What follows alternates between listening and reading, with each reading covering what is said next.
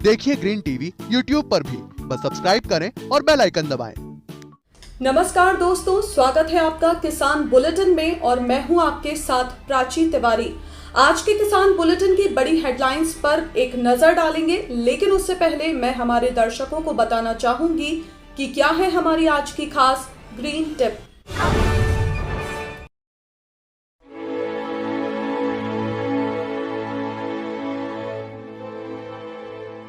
अंजीर की किस्में हैं पूना, दौलताबाद, गंजम, कोयम्बटूर, मैंगलोर, सहारनपुर आदि। इनमें से पूना जो किस्म है वो ताजे फलों के लिए काफी अच्छी रहती है। लगाने का समय दिसंबर, जनवरी या जुलाई अगस्त में इसकी पौध की रोपाई की जाती है। बात करते हैं नर्सरी की। कम से कम 2 से 3 वर्ष पुराने पेड़ की 1 से 2 सेंटीमीटर मोटी, 15 से 20 सेंटीमीटर लंबी कलमों द्वारा तैयार की जाती है। मात्र पौधों से सर्दियों में कलमें लेकर इन्हें 1 से 2 माह तक कैल्सिंग के लिए मिट्टी में दबाया जाता है। फरवरी से मार्च में जैसे ही तापमान बढ़ने लगता है, इन कलमों को निकालकर 15 गुणा 15 सेंटीमीटर की दूरी पर नर्सरी में रोपित किया जाता है।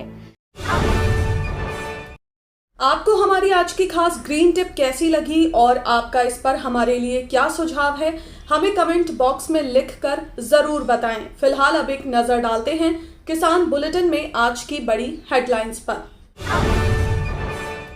बालकृष्ण इंडस्ट्रीज लिमिटेड ने सुपरस्टार रणबीर सिंह को बनाया ब्रांड एम्बेसडर। दुनिया के प्रसिद्ध ऑफ रोड टायर ब्रांड में से एक है BKT। अब जल्द हिंगोली जिले में बनेगा हल्दी अनुसंधान केंद्र। केंद्र की स्थापना के लिए 100 करोड़ रुपए का फंड मंजूर। पूसा ने विकसित की सरसों की नई किस्म 00 मस्टर्ड। 33 से होगी 26 क्विंटल से ज्यादा की पैदावार। भारतीय मल्टीनेशनल ग्रुप और ऑफ हाईवे टायर मार्केट की कंपनी बालकृष्ण इंडस्ट्रीज लिमिटेड यानी कि BKT ने सुपरस्टार रणबीर सिंह को अपना ब्रांड एम्बेसडर बनाया है। जी हां, सुपरस्टार रणबीर सिंह को अपना ब्रांड एम्बेसडर बनाए जाने पर बालकृष्ण इंडस्ट्रीज लिमिटेड के joint managing director Rajiv Podar ने कहा है कि उन्हें पूरा विश्वास है कि रणबीर BKT की अनूठी पेशकश के बारे में जागरूकता फैलाने में एक महत्वपूर्ण भूमिका निभाएंगे। राजीव पोदार का कहना है कि यूथ आइकन रणबीर सिंह को अपने ब्रांड के साथ जोड़कर उन्हें बहुत खुशी हो रही है।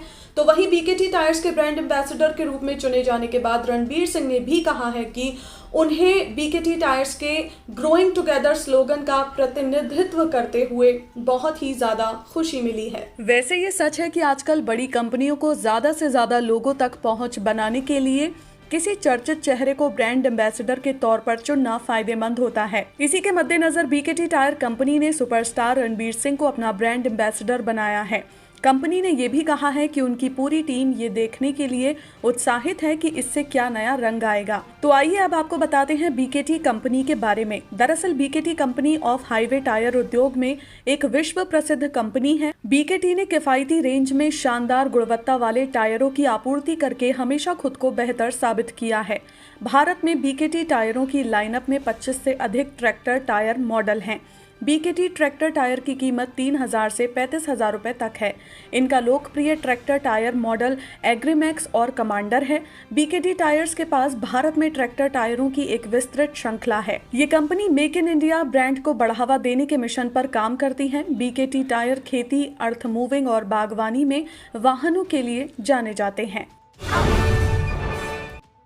महाराष्ट्र के वासमत गांव में जल्द ही बाला साहेब ठाकरे कृषि अनुसंधान नाम से हल्दी अनुसंधान केंद्र स्थापित किया जाएगा। मतलब ये कि अब से कुछ ही दिनों में जिले में करोड़ों रुपए की लागत से एक केंद्र स्थापित किया जाएगा। यही नहीं, इस केंद्र की स्थापना के लिए 100 करोड़ रुपए का फंड भी मंजूर किया गया है। आपको बता दें कि मराठवाड़ा और अन्य हिस्सों से वासमत बाजार में हल्दी आ रही थी, मगर भविष्य में अगर इस बाजार के आसपास उद्योग लगाए जाएंगे तो इस शोध केंद्र से न केवल हल्दी उत्पादकों को बल्कि और भी छोटे बड़े व्यवसायियों को इसका फायदा मिलेगा।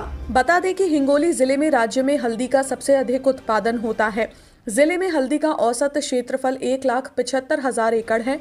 हिंगोली को पहले ही एक जिला एक फसल योजना में शामिल किया जा चुका है। अब जिले में टिश्यू कल्चर लेबोरेटरी भी स्थापित की जाएगी। फसल की आयु बढ़ाने के लिए रेडिएशन सेंटर, कोल्ड स्टोरेज की व्यवस्था भी की जाएगी।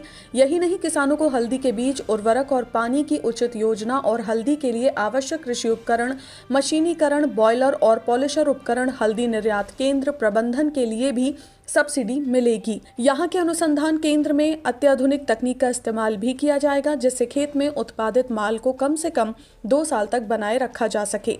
इसी को ध्यान में रखते हुए भाभा परमाणु अनुसंधान केंद्र के कृषि बायोटेक विभाग द्वारा प्रयोगशाला भी स्थापित की जाएगी। हाल ही में पूसा ने डबल जीरो मस्टर्ड 33 नामक एक किस्म तैयार की है, जो स्वास्थ्य के लिहाज से काफी अच्छी है। ऐसा दावा इसलिए किया जा रहा है क्योंकि इसमें इरुसिक एसिड 2% और ग्लूकोसिनोलेट की मात्रा भी 30 माइक्रोमोल से कम है। ये किसानों के लिए भी कम फायदेमंद नहीं है क्योंकि ये सफेद रतुआ रोग प्रतिरोधी है, जिसकी वजह से किसानों को नुकसान का डर कम रहेगा। पूसा डबल जीरो मस्टर्ड 33 की औसत उपज 26 क्विंटल प्रति हेक्टेयर तक है, जबकि भारत में सरसों की औसत पैदावार 15 से 16 क्विंटल प्रति हेक्टेयर ही है। यही नहीं, इसका दाना बड़ा है, इसमें 38% तक तेल निकल सकेगा। कुल मिलाकर किसानों के लिए ये एक शानदार किस्म साबित होने वाली है। बता दें कि पंजाब, हरियाणा, दिल्ली, राजस्थान, पश्चिमी उत्तर प्रदेश, जम्मू और कश्मीर के मैदानी इलाकों और हिमाचल प्रदेश में खेती के लिए ये नई किस्म काफी महत्वपूर्ण साबित हो सकती है। दरअसल इसमें भी देश के कुल सरसों उत्पादन में राजस्थान की हिस्सेदारी 41% और हरियाणा की हिस्सेदारी 13% है। ऐसे में सरसों उत्पादन में पहले और दूसरे नंबर पर रहने वाले राज्यों राजस्थान और हरियाणा के किसानों के लिए जीरो मस्टर्ड 33 कमाई का अच्छा जरिया बन सकती है। यही नहीं, कृषि वैज्ञानिकों का कहना है कि उत्पादन में और वृद्धि संभव है, बशर्ते किसान भाई बहन ज्यादा उपज देने वाली नई प्रजातियों का चुनाव करें ताकि वो भविष्य में अच्छी कमाई कर सकें। तो ये थी वो खबरें जिन्हें हमने आपको बताया विस्तार से, लेकिन इसके अलावा खबरें और भी हैं जिनके बारे में जानना भी आपके लिए बेहद जरूरी है। तो आइए नजर डालते हैं कृषि क्षेत्र से जुड़ी छोटी बड़ी अपडेट्स पर भी। लातूर जिले में साप्ताहिक बाजार बंद है। बाजार बंद होने के कारण किसानों ने बाजार के बाहर बीच मैदान में ही सब्जियां बेचना शुरू कर दिया। एक किसान साप्ताहिक बाजार में पहुंचा, लेकिन मेथी खरीदने के लिए कोई नहीं पहुंचा, जिसके बाद परेशान किसान ने मेथी सड़क पर ही फेंकना शुरू कर दिया। दरअसल एक तरफ प्रकृति की मार और फसलों को नुकसान पहुंचा रही है, वहीं दूसरी ओर कोरोना के कारण पैदा हुए हालात को देखते हुए जिला प्रशासन ने फिलहाल साप्ताहिक बाजार पर रोक ही लगा रखी है। ऐसे में किसानों के सामने सवाल ये है कि आखिर वो अपनी सब्जियां कहां बेचेंगे।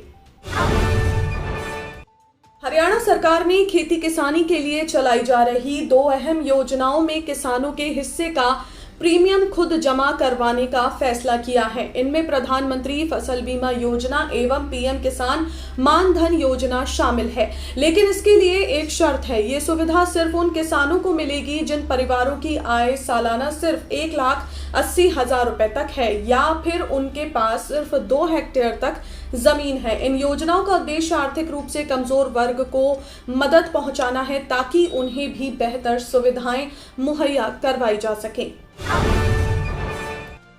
प्रधानमंत्री किसान सम्मान निधि योजना की अगली किस्त पाने के लिए ई-केवाईसी कराना अनिवार्य है। योजना का लाभ पाने वाले किसान अगर ई-केवाईसी नहीं करते हैं तो उन्हें 11वीं किस्त का पैसा नहीं मिलेगा।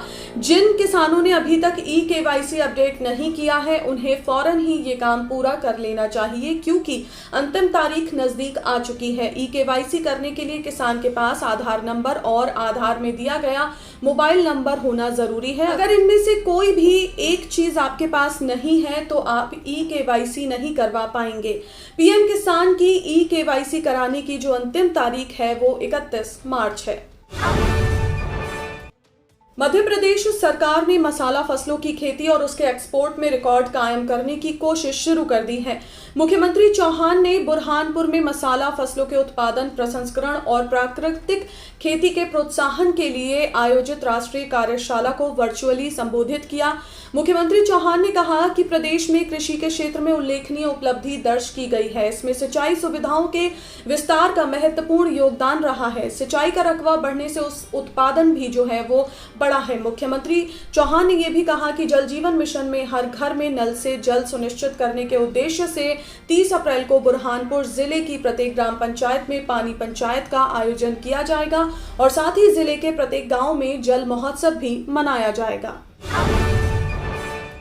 आंध्र प्रदेश की सरकार किसानों के हित में टेक्नोलॉजी को खेती के कार्य के लिए इस्तेमाल करने पर जोर दे रही है। आंध्र प्रदेश के कृषि मंत्री के कन्ना बाबू ने कहा है कि सरकार चरणबद्ध तरीके से कृषि क्षेत्र के लिए 10,000 ड्रोन को लॉन्च करेगी। मंत्री ने कहा कि ड्रोन के लिए सरकार की तरफ से 200 करोड़ रुपए का आवंटन किया गया है।